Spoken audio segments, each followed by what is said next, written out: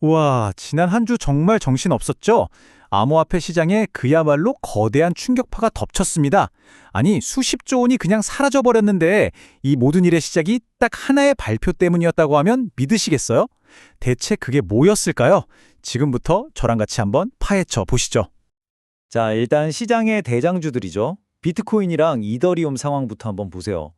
아니, 일주일 만에 둘 다 12%가 넘게 그냥 곤두박질 쳤습니다. 정말 말 그대로 시장이 순식간에 꽁꽁 얼어붙어 버린 거죠. 아니, 도대체 무슨 일이 있었길래 시장이 이렇게 통째로 흔들린 걸까요? 네, 바로 이 질문에 대한 답을 오늘 한번 찾아보려고 합니다. 핵심이죠? 네, 그럼 먼저 시장이 얼마나 큰 타격을 입었는지 그 피해 규모부터 좀 자세한 숫자로 들여다보겠습니다. 이게 보니까 비트코인, 이더리움만의 문제가 아니었어요. 다른 코인들도 다같이 떨어졌는데 특히 바이낸스 코인, BNB는 무려 15.6%나 폭락하면서 주요 자산 중에 가장 큰 타격을 입었습니다. 와, 정말 시장 전체에 매도 폭탄이 떨어진 거나 마찬가지였죠. 자, 그럼 이 엄청난 패닉의 도화선은 대체 뭐였을까요? 이게 정말 흥미로운 게 그 불씨가 암호화폐 시장 내부가 아니라 완전 바깥에서 날아왔다는 겁니다. 네, 바로 이 뉴스 때문이었습니다. 도널드 트럼프 전 미국 대통령이 중국산 기술 제품에 100% 관세 때리겠다 이렇게 발표를 해버린 거죠. 이 한마디에 그냥 전 세계 금융시장에 빨간 불이 확 켜진 겁니다. 이 관세 폭탄 선언이 거대한 도미노의 첫 번째 조각이었어요. 자, 보세요. 첫 번째, 미중 무역 갈등이 다시 심해질 거라는 공포가 쫙 퍼집니다. 두 번째, 투자자들이 위험하다 싶으니까 암호화폐 같은 위험 자산에서 돈을 막 빼기 시작하는 거죠. 그리고 마지막, 바로 세 번째 단계에서 이 매도세가 걷잡을 수 없이 불어나면서 파생상품 시장의 강제 청산 버튼을 연쇄적으로 눌러버린 겁니다. 네, 그리고 이 연쇄 폭발의 바로 그 중심에 강제 청산이라는 게 있었습니다. 이 과정에서 사라진 돈이 얼마인지 아세요? 무려 190억 달러. 우리 돈으로 20조 원이 넘는 돈이 그냥 허공으로 날아가 버린 겁니다. 아니, 어떻게 이런 일이 가능했던 걸까요? 190억 달러. 다시 말씀드리지만 우리 돈으로 20조 원이 훌쩍 넘는 정말 천문학적인 돈입니다. 이게 바로 이번 폭락 때 단 며칠 만에 증발해버린 레버리지, 그러니까 비투 포지션의 규모예요. 와, 정말 상상도 안 가는 숫자죠? 여기서 말하는 이 레버리지 청산이라는 게 뭐냐면요. 정말 쉽게 말해서 B2의 가장 비극적인 결말이라고 보시면 됩니다. 내가 돈을 빌려서 투자를 했는데 손실이 너무 커져서 담보로 맡긴 돈, 즉 증거금이 바닥 나잖아요. 그럼 거래소가 그냥 물어보지도 않고 강제로 제 포지션을 다 팔아버리는 거예요. 인정사정 없죠.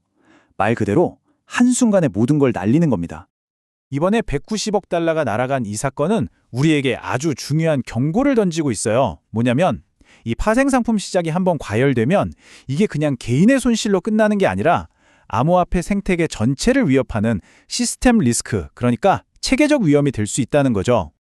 이렇게 보니까 암호화폐 시장 내부의 위험 요인이 외부 충격이랑 만나니까 그냥 폭발해버리는 거잖아요. 이건 이제 우리가 좀 더 큰 그림을 봐야 한다는 신호이기도 합니다. 바로 거시경제와 암호화폐 시장의 관계, 이게 예전과는 완전히 달라졌다는 거죠.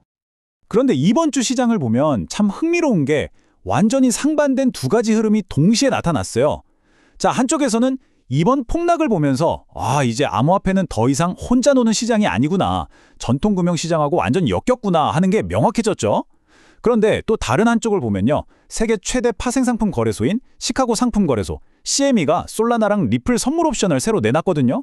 이건 뭐냐면 기관 투자자들이 들어올 수 있는 길을 오히려 더 넓혀주고 있다는 긍정적인 신호이기도 한 겁니다. 그러니까 단기적인 충격은 있었지만 장기적인 성장의 발판은 계속 마련되고 있는 좀 아이러니한 상황인 거죠. 자, 그럼 이 서로 다른 신호들을 어떻게 해석해야 할까요?